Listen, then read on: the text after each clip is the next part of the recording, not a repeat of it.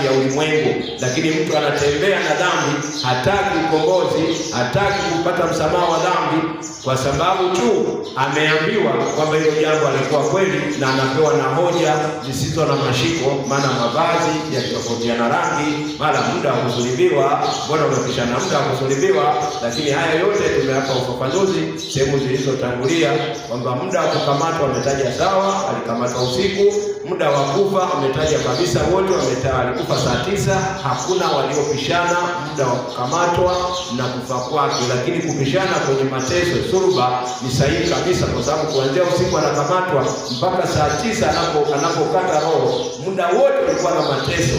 Na alitembezwa, alienda kwa kuhani, alipelekwa kwa mfalme, akapelekwa kwa Pilato.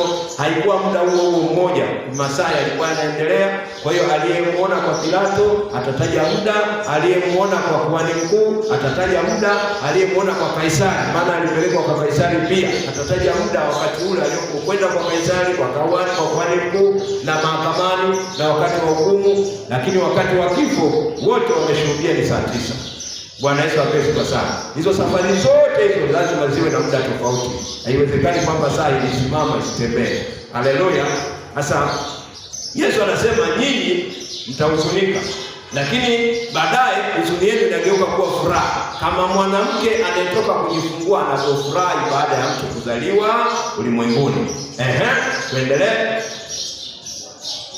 22. Basi ninyi hivi sasa mna huzuni,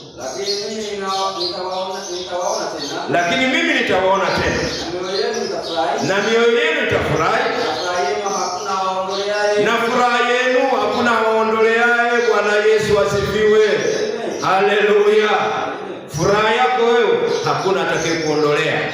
Furaha yako wewe hakuna mtu akukuondolea. Furaha gani? Umekuwa huru, au umehesabiwa kuwa mwana wa Mungu kwa msamaha wa dhambi unaotokana na kifo cha Yesu Kristo. Ukirudi kwenye dhambi, ni wewe mwenyewe umeamua kuacha ile furaha ambayo uliandaliwa kwayo, badala yake unarudi kwenye huzuni, unarudi kwenye shida.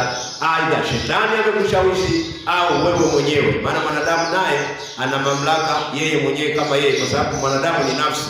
Bwana Yesu apewe sana. Nafsi ni ule nafsi na utashi, una uchaguzi, una maamuzi. Mstari unaofuata 23.